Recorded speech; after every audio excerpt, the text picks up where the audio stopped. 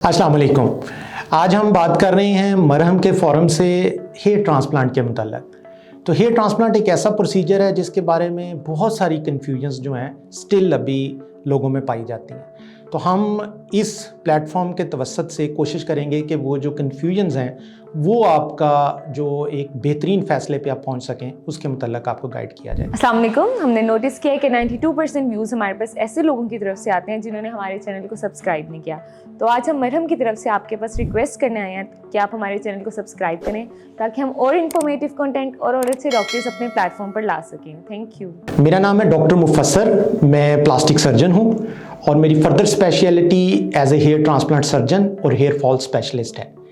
अगर आप लोगों को किसी भी किस्म की मेरे से ऑनलाइन या इन हाउस कंसल्टेशन चाहिए तो आप दिए गए लिंक पे क्लिक कर सकते हैं। ट्रांसप्लांट के मुताल्लिक लोग पूछते हैं कब करवाना चाहिए, एज कौन सी होनी चाहिए, तो उसमें हम हमेशा ये कहते हैं कि जैसे ही आपकी अर्ली लुक जो है वो कंप्रोमाइज़ हो रही है, आप समझ रहे हैं आप बाल्डनेस की तरफ जा रहे हैं, तो आपको वो फ़ौरन करवा लेना चाहिए ताकि आपकी जो पर्सनैलिटी है उसकी लुक मेंटेन रहे। कुछ लोग क्या करते हैं, वो जब सारे बाल गिर जाते हैं फिर करवाने की कोशिश करते हैं तो उनकी पर्सनैलिटी में गैप आ चुका होता है, तो वो फिर उनको लुक जो है वो वापस उस तरह की अच्छी नहीं मिल पाती। इसलिए जैसे ही आपको लगे कि आपकी लुक जो है वो ऑकवर्ड हो रही है, आपकी पिक्चर अच्छी नहीं आ रही, आप थोड़ा सा अपना कॉन्फिडेंस लूज़ कर रहे हैं, तो आप फ़ौरन ट्रांसप्लांट की तरफ जा सकते हैं। अगला सवाल लोग ये पूछते हैं कि डॉक्टर साहब ट्रांसप्लांट जो है वो क्योंकि एक सर्जिकल प्रोसीजर है, एक सर्जरी का नाम है, तो हमें किससे करवाना चाहिए, कहाँ से करवाना चाहिए।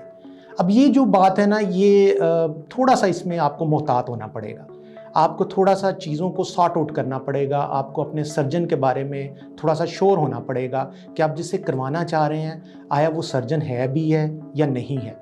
क्योंकि हमारे यहाँ अक्सर लोग ये आके कहते हैं कि बहुत सारे लोग ऐसे भी ये प्रोसीजर कर रहे हैं जो इवन डॉक्टर भी नहीं है। तो इसलिए हमेशा बहुत सारे प्लेटफॉर्म है आपके पास, मरहम is the best platform at the moment. आप उस पर जाएँ, उस पर देखें कि हेयर ट्रांसप्लांट सर्जन कौन कौन एनरोल है, तो वहाँ से आपको बेहतर गाइडेंस मिल सकती है कि आपने हेयर ट्रांसप्लांट किससे करवाना है। फिर नेक्स्ट लोग अक्सर पूछते हैं कि डॉक्टर साहब प्राइस में इतना डिफरेंस है मार्केट के अंदर, तो वो हम किस तरह जज कर सकते हैं।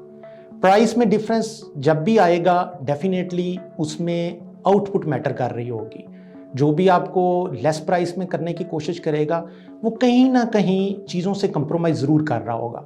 स्पेसिफिकली जब हम चीज़ों की अपनी प्लास्टिक सर्जरी में या हेयर ट्रांसप्लांट में बात करते हैं तो उसमें इक्विपमेंट भी आ जाता है, उसमें डिफरेंट किस्म के इंस्ट्रूमेंट्स आ जाते हैं, बहुत सारी चीज़ें शामिल होती हैं जिनको सब्सिडाइज करके लोग जो है वो अपनी प्राइस को कम करने की कोशिश करते हैं, लेकिन वो अल्टीमेटली ट्रांसप्लांट के रिज़ल्ट पे इफ़ेक्ट होता है। इसलिए जब भी सर्च करें एक अच्छा सर्जन सर्च करें और देखें कि आपका मैक्सिमम रिज़ल्ट कहाँ पे अच्छा मिल सकता है। उसके बाद लोग अक्सर ये पूछते हैं कि डॉक्टर साहब जो ट्रांसप्लांट के बाद है वो क्या सूरत हाल होती है, उसके कोई साइड इफ़ेक्ट्स वगैरह तो नहीं होते। तो हम इसमें ये समझाते हैं कि ये एक सेफ़ प्रोसीजर कंसिडर किया जाता है और सेफ्टी उस वक्त तक ही है जब तक आप अपना सर्जन अच्छा चूज़ कर रहे हैं। जब आप अपना सर्जन अच्छा चूज़ नहीं करेंगे तो डेफिनेटली सेफ्टी में प्रॉब्लम आएंगे। Thank you. अगर इन चीज़ों के बारे में आपको मज़ीद किसी किस्म की क्यूरीज़ हैं या आपके जहन में कोई भी सवाल आते हैं तो आप कमेंट सेक्शन में हमारे से कमेंट करके पूछ सकते हैं। इंशाल्लाह आपको उसका तसल्ली बख्श जवाब दिया जाएगा।